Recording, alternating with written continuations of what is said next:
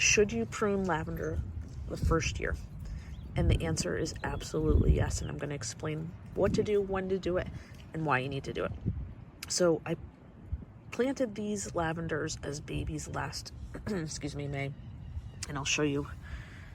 They're doing really well. And my goal here is to make a lavender hedge. Eventually, once they start filling in more, and the more I prune them and the fuller they get, I'm going to have a nice, real nice hedge. But if you look close, you can see all of that green new growth, okay? Do you see it's coming all the way from the bottom here? Look at all that nice green growth. That is the reason you prune it, is so that you don't get really tall, leggy, woody stems. Same thing over here, you can see. See, if you prune them every year, you're gonna get the growth from the bottom. So you're not gonna get like tons of wood at the bottom. Same here. So you can see all of that nice green growth. Now, the one thing, now these aren't perfectly shaped or manicured. They don't look bad. I will work on the shape of them a little bit more this season and this year. And I'll tell you why I didn't perfectly shape them.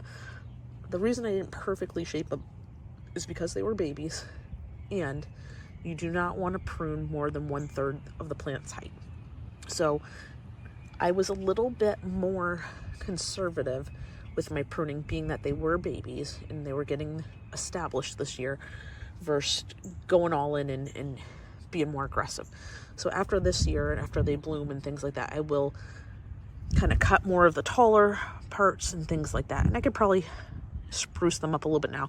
The best times to prune lavender is actually now in the spring, or if they are new, like I'm explaining here, I would wait till fall. I would not prune anything if you just transplanted them or planted them in the ground this spring.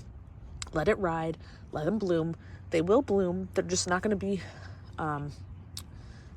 really full and full of ton of blooms this year, because they are really putting that energy into getting established and getting their roots. We will get some blooms. I did get blooms, but the show should be this year. I should get a lot more blooms.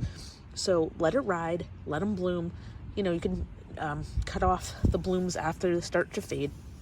And then once you're done with the season, you maybe get a second flush of blooms.